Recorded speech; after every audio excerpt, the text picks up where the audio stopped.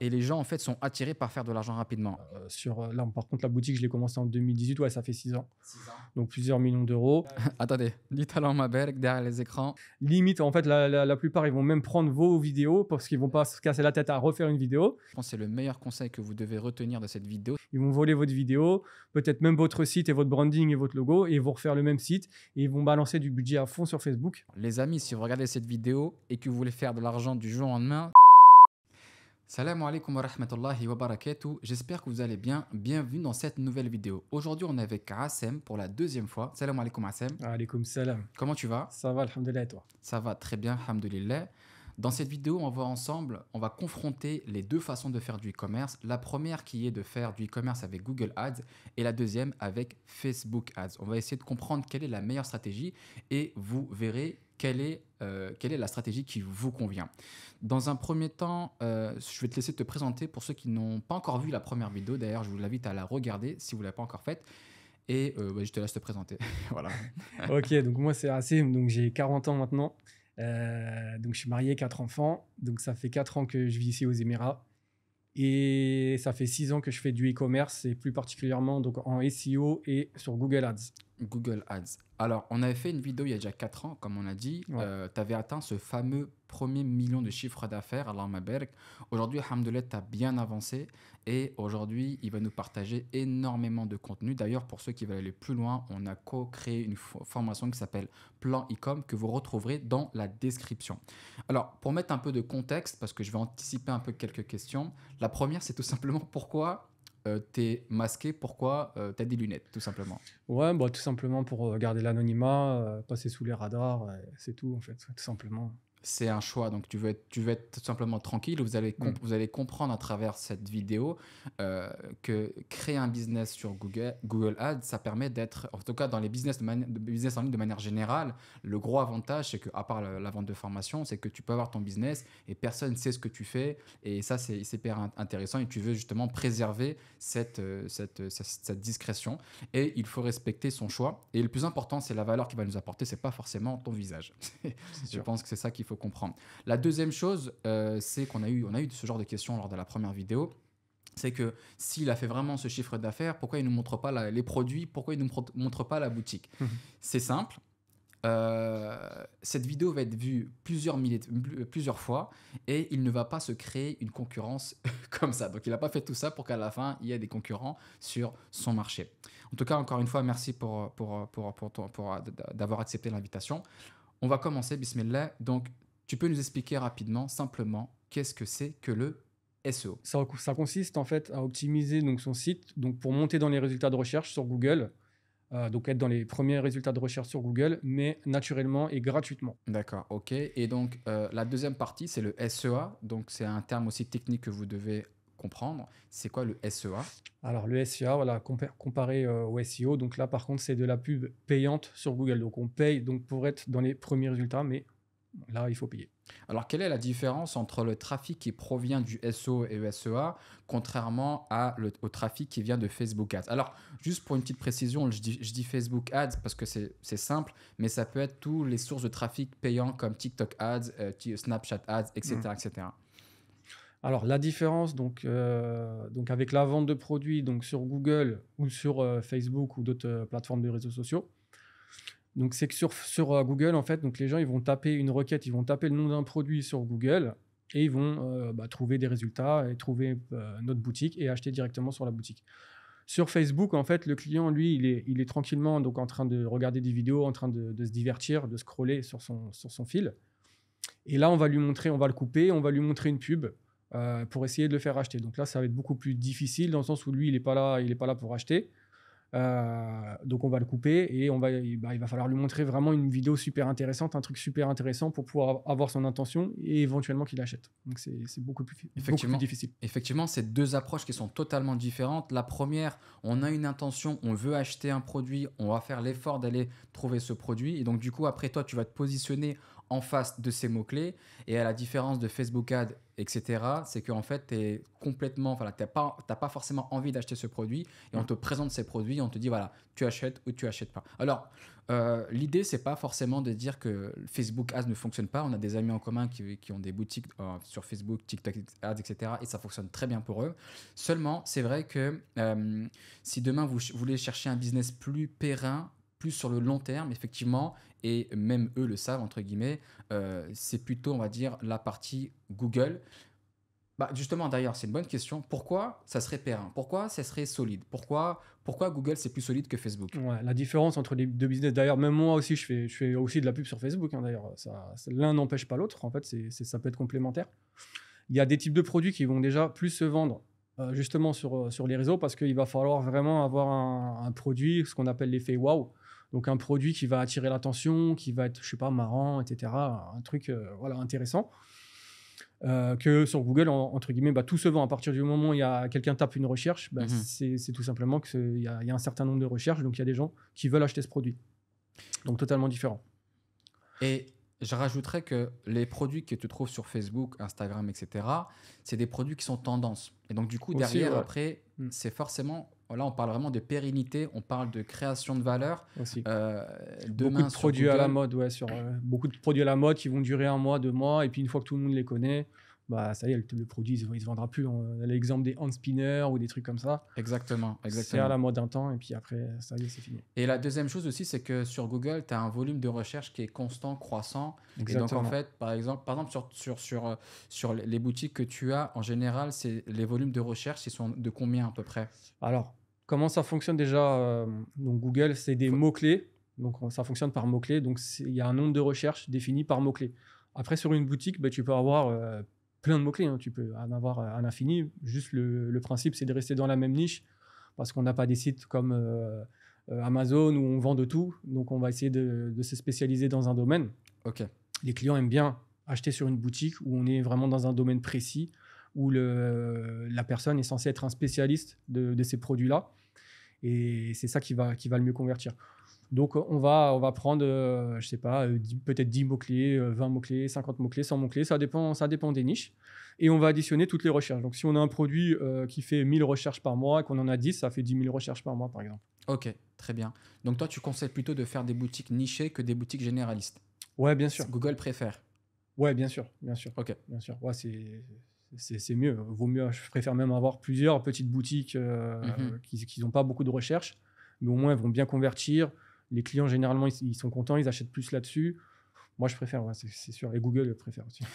Aujourd'hui, parce qu'il faut bien qu'on te positionne un peu en termes d'expertise, on fait cette vidéo, tu es à combien de chiffre d'affaires généré avec la boutique que tu as actuellement? La boutique en question, je sais pas, mais en tout cas, c'est plusieurs millions d'euros. Voilà. Ok. Là, par contre, la boutique, je l'ai commencée en 2018. Ouais, ça fait 6 ans. 6 ans. Donc, plusieurs millions d'euros. Et là, elle est... Attendez, du talent Mabel derrière les écrans, c'est très important pour lui et bah voilà, pour se préserver bien sûr. En tout cas, Barakallahu Fik, de partager tout ça. Et les chiffres sont stables, c'est ça que je te disais, c'est que la boutique, elle est stable, je sais à peu près combien elle va faire. Voilà, il n'y a pas de gros pic et de descente à zéro, ça n'existe pas sur Google, c'est pas comme ça, surtout en SEO. Je voudrais aborder aussi le sujet de la création de valeur. Tout à l'heure, on a parlé des produits un peu tendance où tu vas faire des gros chiffres sur les plateformes comme TikTok, etc. Sauf que ce genre de business, ça ne se revend pas. Pourquoi? Parce que tu ne vends rien derrière. Aujourd'hui, tu as une boutique, comme tu as dit, qui génère du trafic depuis 6 ans. C'est un actif que tu as créé, c'est un actif que tu peux revendre. Donc ça, c'est important aussi. Il faut bien comprendre que quand on crée un business, que ce soit physique ou en ligne, il faut toujours penser à la revente. Et donc, Assem, avec sa boutique, il a créé une marque, il a créé un branding, il a une base de données, il est positionné sur différents mots-clés. Demain, s'il souhaite la revendre, eh ben, tu as quelque chose à présenter, tu vois. Tu as quelque chose à présenter. D'ailleurs, c'est une question que j'aimerais te poser. Est-ce que toi, tu as déjà pensé à revendre ton business? J'y ai pensé, enfin, comme ça m'a traversé l'esprit, je me suis posé la question, mais au final, moi, dans mon cas, je pense pas que ça soit très intéressant, parce que la boutique génère quand même vraiment pas mal de revenus. Donc, ça demanderait à l'acheteur potentiel d'avoir beaucoup de cash, et je pense pas trouver quelqu'un. Ouais. En tout cas, moi, Sur le personnellement, marché français, ouais. je préfère la garder dans tous les cas. Je préfère la garder. Ok. Ouais. Ok. Non, c'est important, parce que je me suis renseigné, on est un peu dans ce domaine-là, et c'est vrai qu'il y a, t'as certains facteurs multiplicateurs en fait qui permettent de dire, ok, bah, si tu veux revendre ta boutique, tu fais un x2, x3 ou x4 en fonction de s'il y a beaucoup d'SEO, beaucoup de trust, etc.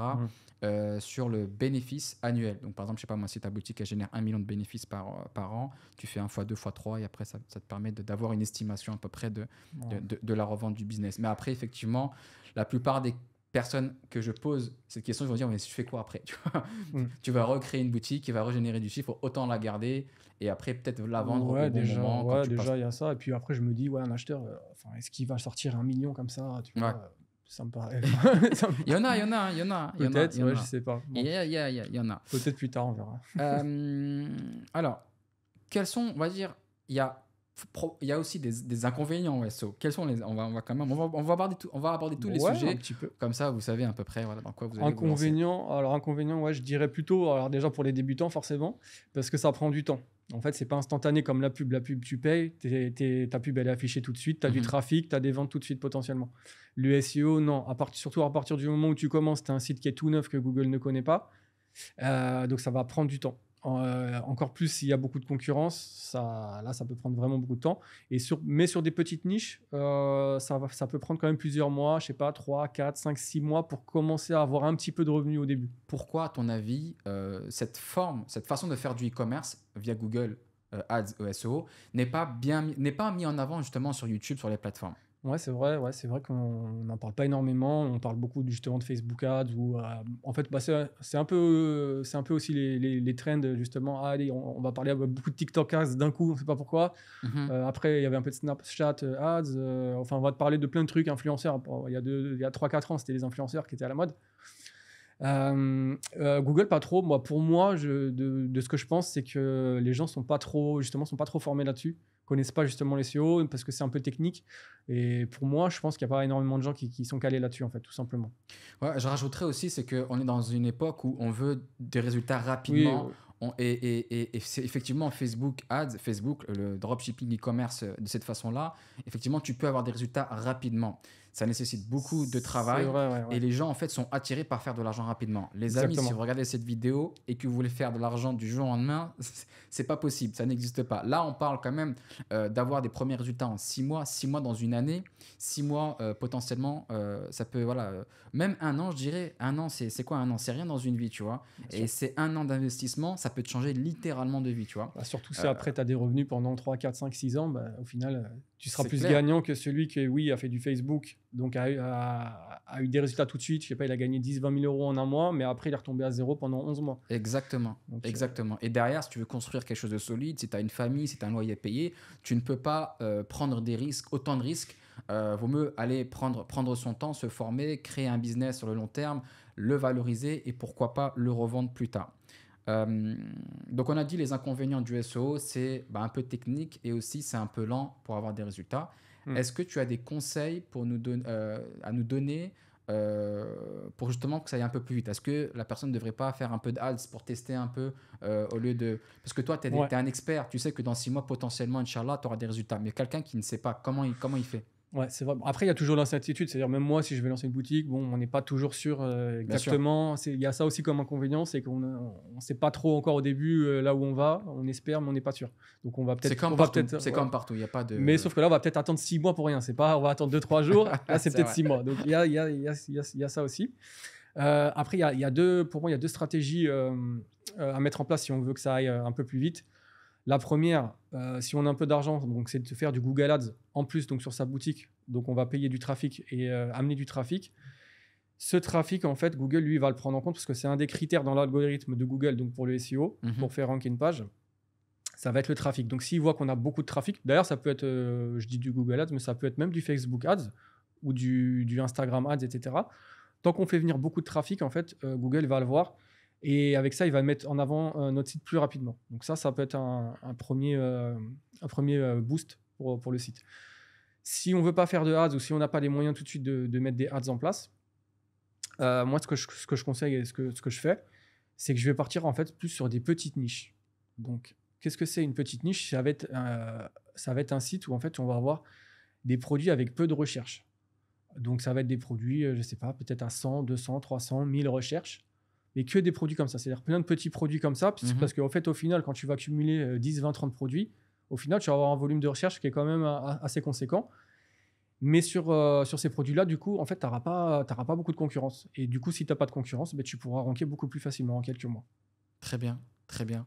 C'est hyper intéressant. Ça me permet de te poser la question, justement, pour ceux qui n'ont pas de budget. À ton avis, combien tu estimerais le capital nécessaire pour commencer ce projet? Alors, j'inclus dedans tous les boutiques que tu vas lancer, pas forcément une boutique, parce que c'est pas la première boutique qui va forcément réussir. Mais généralement, tu nous conseilles combien de budget pour commencer? Alors, ouais, ça, c'est vrai que c'est une question qui revient souvent Mhm. de la part des gens. Moi, je conseille vraiment le budget minimum, surtout pour quelqu'un qui n'a pas d'argent à consacrer à ça tout de suite. Tu peux commencer justement ce que je disais, donc avec une petite niche et sans mettre aucune pub. Par contre, voilà, il va falloir que tu attendes quelques mois pour pouvoir espérer gagner de l'argent.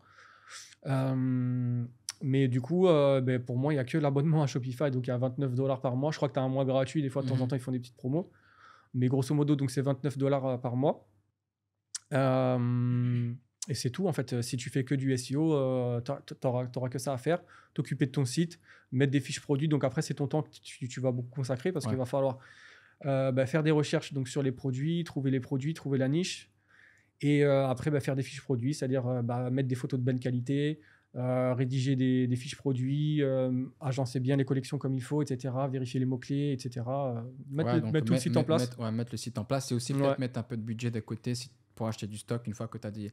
Et après, voilà, après c'est une question de stock, sachant que en fait, dans les premiers mois, normalement, Oui. tu vas pas vendre de toute façon. Ouais. Et si tu as beaucoup de produits, en fait, tu sais pas quel produit va commencer à ranker tout de suite, quel produit va commencer à se vendre. Alors après, ouais, il y a la question du stock aussi. C'est vrai qu'on demande beaucoup aussi dans les commentaires comment faire du stock ou comment ne pas faire de dropshipping. Là, il y a plusieurs solutions aussi. Donc, soit attendre. Si on fait du SEO pur et qu'on a beaucoup de produits, ça va être compliqué de faire du stock. Donc, ce qu'on peut faire, c'est tout simplement au début laisser les ventes venir. Au début, ça va être une petite vente par-ci, une petite vente par-là. Au pire, rembourser le client, lui dire voilà. Juste, en fait, on fait notre testing, on rembourse, on voit quel produit qui commence à se vendre et à partir de là, on va pouvoir établir un stock. Que ça soit on peut établir même un stock directement en Chine, ce sera encore plus simple parce que quand on commence, on n'a pas de revenus, on ne peut pas aller vers un prestataire de service en France, ça coûte quand même assez cher. Donc, demander à notre fournisseur, notre agent chinois, voilà, s'il te plaît, stocke-moi 10-20 pièces de ce produit-là et quand je te passerai une commande, dès que j'ai une commande, je t'envoie la commande et tu l'envoies. Ouais. C'est un très beau conseil parce qu'il y a beaucoup de gens qui se limitent, qui disent voilà, on a des contraintes, mais il faut en fait juste connaître les possibilités. Effectivement, tu peux acheter un peu de stock, ça peut te coûter au maximum 500 €. Tu le stockes là-bas ou même beaucoup moins. Si c'est des petits produits pas chers. La plupart des produits qu'il y a sur l'AliExpress, maximum, ils sont à 20-30 €. Donc, ça, dans les meilleurs, enfin, pour les produits les plus chers. Donc, voilà, c'est pas un frein. Vous ne devez pas vous freiner par rapport à ça, quoi. Non, faut pas se freiner par rapport à ça.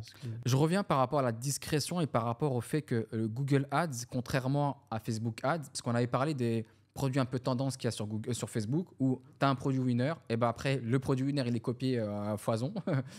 Là, c'est différent. Là, en fait, tu vas te positionner sur des requêtes, comme tu as dit, peut-être à 1000, 10 000 au total. Et à moins que tu aies un autre concurrent qui est tombé sur ce volume de recherche, il sera très difficilement de l'identifier. Et en fait, tu vends et personne ne squ'il sait que tu vends ce produit-là. Et qu'est-ce que tu peux nous en dire sur ce sujet-là, justement? En fait, par rapport à Facebook, là-dessus, la différence, c'est qu'il n'y a pas de logiciel espion pour Google. Comparément à Facebook, où en fait, qu'est-ce qui se passe, c'est que la plupart des vendeurs de formation, ils vendent un logiciel, un abonnement sur un logiciel qui permet d'espionner les pubs, toutes les pubs de Facebook en fait. Et donc du coup, tout le monde regarde les mêmes Tous les gens qui font du dropshipping, qui font du e-commerce, ils ont ce logiciel-là et ils vont vérifier et puis ils vont regarder les meilleures pubs, celles qui s'affichent le plus, qui ont le plus de likes, de commentaires, etc. Et avec ça, ils voient le produit et ils connaissent le produit. Tous les produits qui cartonnent, ils les connaissent en fait. Donc qu'est-ce qu'ils vont faire? Ils vont pas se prendre la tête, ils vont aller sourcer le même produit. Limite, en fait, la plupart, ils vont même prendre vos vidéos parce qu'ils vont pas se casser la tête à refaire une vidéo. Ils vont voler votre vidéo, peut-être même votre site et votre branding et votre logo, et ils vont refaire le même site et ils vont balancer du budget à fond sur Facebook pour C'est ce vendre votre que produit. beaucoup de gens font et ça C'est la peut plupart. fonctionner, mais Ça encore va une fonctionner, fois, ça va fonctionner, puisqu'à partir du moment où tu connais l'audience, tu connais le produit, tu rebalances la bonne créative. En fait, la créative, tu sais qu'elle a déjà des millions de fonctionner, ouais. vues, donc elle fonctionne. Donc voilà, tu sais que tu prends pas trop de risques. Tu balances du budget à fond, tu épuises ton audience, et une fois que tu as vendu et que l'audience, ça y est, elle connaît le produit, bah, tu arrêtes et puis tu recherches un autre produit, en fait. Et contrairement à Google, tu es là, tu vends ta boutique, Google, il n'y a personne. aucun logiciel espion. Tu peux pas espionner des boutiques comme ça. Mhm. Ça n'existe pas. En fait, il faut connaître le produit à la base pour toi aller taper le nom du produit sur Google et puis regarder quelles shops, quelles boutiques ont été faites, qui le vendent. Alhamdoulilah, comme tu as dit, tu as fait plusieurs millions de la Meberk. Tu as une grosse équipe derrière? Même pas franchement. Parce que c'est un sujet aussi sur lequel on Mm. peut aborder, c'est que c'est le staff, quoi. Combien de personnes peut Ouais. travailler avec toi. Je sais que bah, les amis qu'on a en commun qui sont sur Facebook Ads ont généralement beaucoup de staff, que ce soit du SAV, la gestion, bref. Ouais, c'est vrai. Là, toi, vous êtes combien? C'est quoi ton rythme de travail, etc., etc. Bah, comme on a dit déjà, voilà, les mecs qui font du Facebook, bah, ils On vont vous aime. ils vont devoir changer à chaque fois de produit. Donc, du coup, ils vont avoir plein de boutiques. Ils ont plein de boutiques. Comme on avait parlé à notre ami, là, il y a 10 boutiques déjà Ouais, ah ouais. qui tournent. Du coup, bah, il va falloir du staff pour gérer toutes les boutiques, gérer les envois. Parce que si tu as 10 boutiques à gérer, il faut que tu gères les commandes tous les soirs. Donc, sur 10 boutiques, gérer les SAV, donc les mails qui arrivent donc par dizaines tous les jours sur chaque boutique. Si tu es tout seul, tu vas vite t'arracher les cheveux. Exactement. Ça va prendre la tête beaucoup, quoi. Donc comparé à Google, bon, moi j'ai que 2 boutiques. Tu vois, j'ai pas envie d'avoir trop de boutiques justement parce que j'ai pas, ça me saoule de devoir gérer tout ce qui est stock, gérer la mise en stock, les commandes, le SAV, c'est ce qu'il y a de plus ennuyant en fait dans le business. Mais du coup, comme j'ai pas beaucoup de boutiques, du coup, à la base, j'avais mis quelqu'un, donc pendant plusieurs années, j'avais mis quelqu'un. Bon, la première année, c'est moi qui faisais tout. Mhm. Après, j'ai ma femme qui m'a aidé donc, pour répondre aux mails. Donc, je l'ai formé là-dessus. Et après, j'avais embauché quelqu'un pendant plusieurs années. Et puis après, c'est vrai qu'après, il y a eu l'IA qui est arrivée.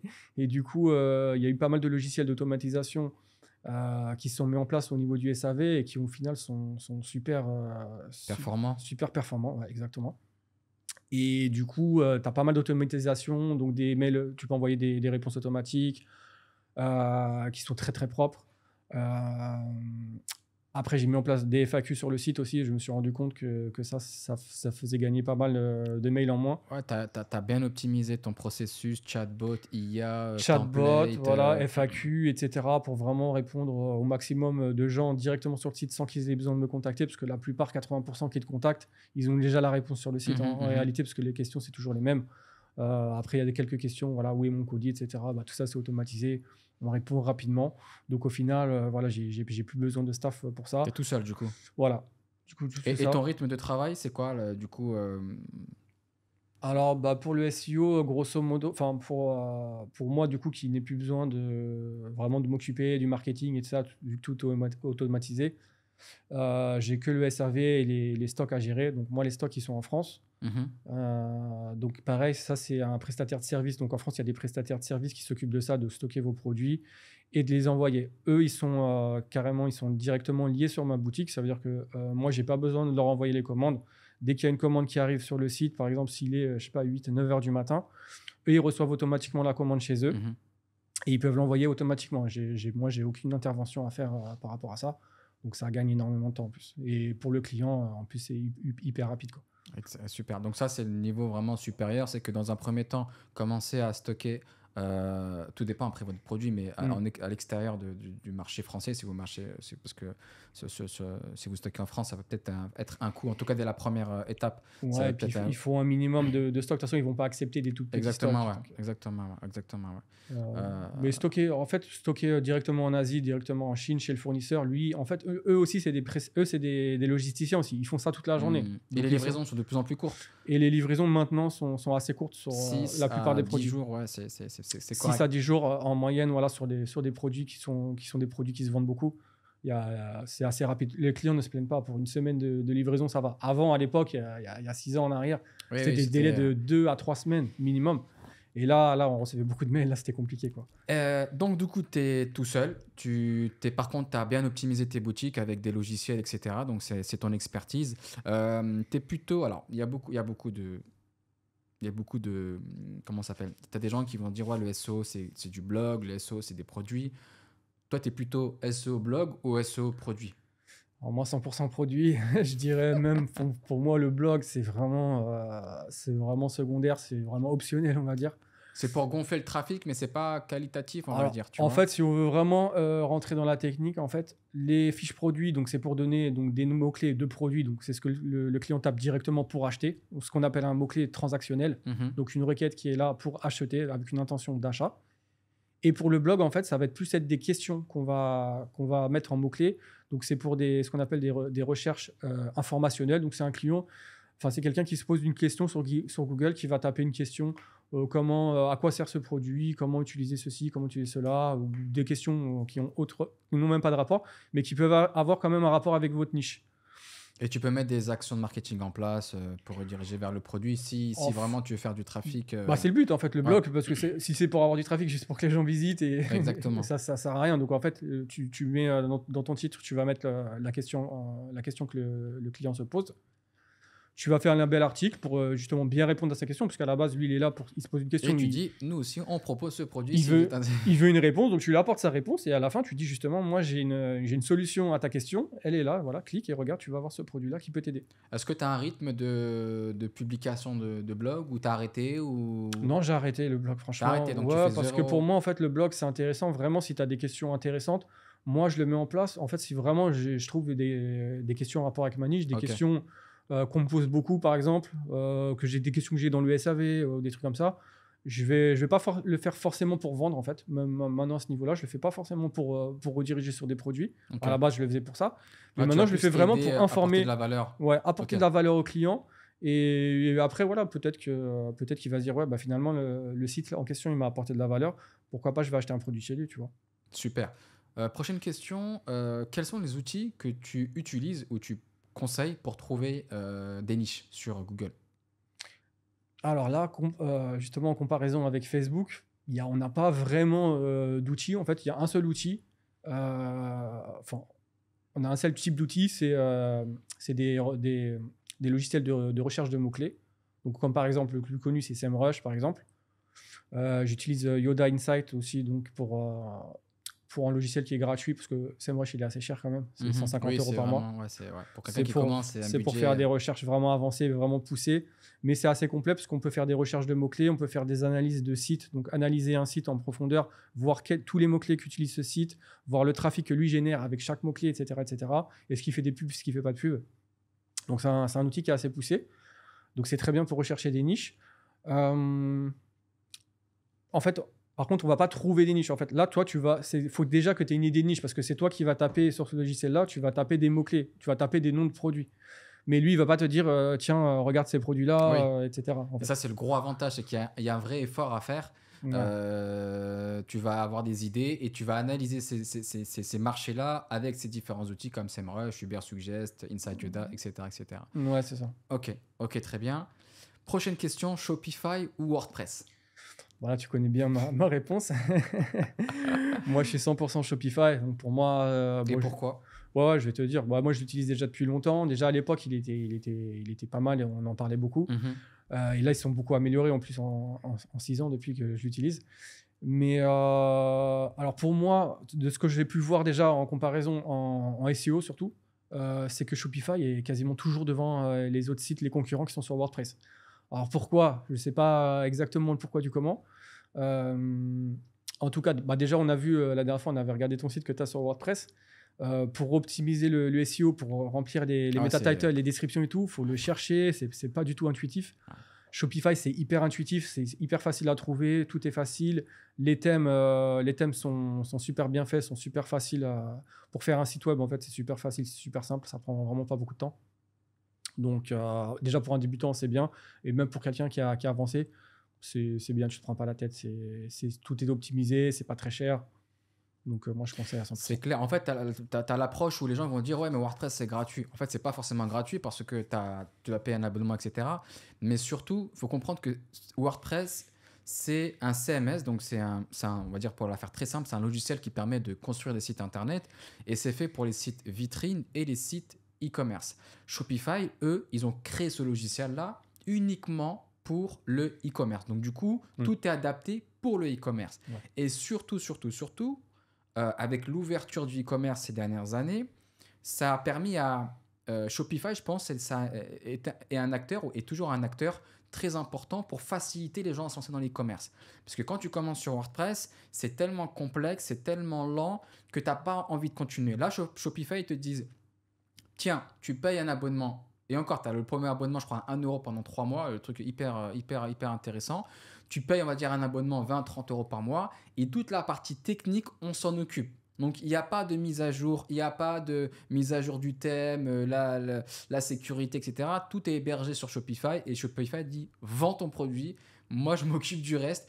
Et ça, pour un débutant, c'est hyper important parce que il y a plein de choses à apprendre, le marketing, la vente, la recherche de produits. Si tu dois rajouter une couche de technique avec WordPress, tu t'en sors pas. Non, non, gros gain de temps pour Shopify, vraiment. Pour les débutants, il ne faut pas se poser la question. Et il faut savoir que des grosses boutiques dans le monde sont gérées sur Shopify. Ouais. Et nous, on peut le voir, on fait des volumes de vente quotidiennement. Le site internet ne bouge pas. Quoi. Que tu fasses 1000 ventes ou une vente, ça ne bouge pas. Dis-moi, quel conseil tu donnerais à quelqu'un qui souhaite se lancer dans l'e-commerce? On a plein de gens qui nous suivent, qui aiment faire du e-commerce, ils veulent se lancer. Quel conseil tu leur donnerais? Alors, le premier conseil, forcément, ça va déjà un minimum de se former. Donc, comme on a vu, c'est vrai qu'il y a beaucoup de contenu maintenant sur YouTube. Donc, tout le monde parle justement de formation, e-commerce, de Facebook, etc. Donc, voir tout simplement déjà, vous, quelle branche vous allez choisir. Est-ce que vous voulez faire du Facebook? Est-ce que vous voulez vous battre avec toute la concurrence, faire d'e-shop, etc. pour essayer de vous battre avec eux? Ou est-ce que vous voulez un business plus périn, plus tranquille, plus serein sur Google et sur le SEO? Et le deuxième conseil, tout simplement, qui peut paraître un petit peu facile, mais c'est tout simplement de passer à l'action. C'est-à-dire qu'une fois que vous êtes formé, on voit que malheureusement, il y a beaucoup de gens qui se forment, qui regardent des tonnes de vidéos, qui regardent plein de trucs, qui connaissent tous les logiciels et te demandent ouais, c'est quel logiciel qu'il faut.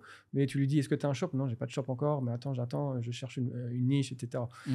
Passer à l'action le plus rapidement possible et en fait vous former au fur et à mesure pendant que vous êtes dans le site, pendant que vous êtes dans le vif du sujet, plutôt que de regarder 50 ou 100 heures de vidéo, mais ne toujours pas passer à l'action. Effectivement, Hassem Barakallahu Fik, c'est un très bon conseil. Je pense que c'est le meilleur conseil que vous devez retenir de cette vidéo, c'est passer à l'action. On a commencé ensemble en 2015-2016 et ce qui fait que, alhamdoulilah, aujourd'hui, on a une certaine expertise dans nos domaines. C'est que justement, on a beaucoup pratiqué et à l'époque, il n'y avait pas autant de contenu sur YouTube et en formation. Maintenant, aujourd'hui, vous achetez une formation, vous avez un plan de route, vous appliquez et vous évitez énormément d'erreurs. C'est pour ça qu'on a co-créé ensemble la formation Plan e-com, la formation qui vous apprend à créer un business e-commerce avec Google. Dans cette formation, vous apprendrez comment trouver une niche, comment analyser les mots-clés, comment créer un site internet, comment optimiser, bref, tout ce que Hassem a mis en place. Vous retrouverez cette formation dans la description et on se dit à bientôt pour une nouvelle vidéo, Inch'Allah. Merci encore une fois, Hassem, barakallahu fik. Salam alaikum wa rahmatullahi wa barakatuh.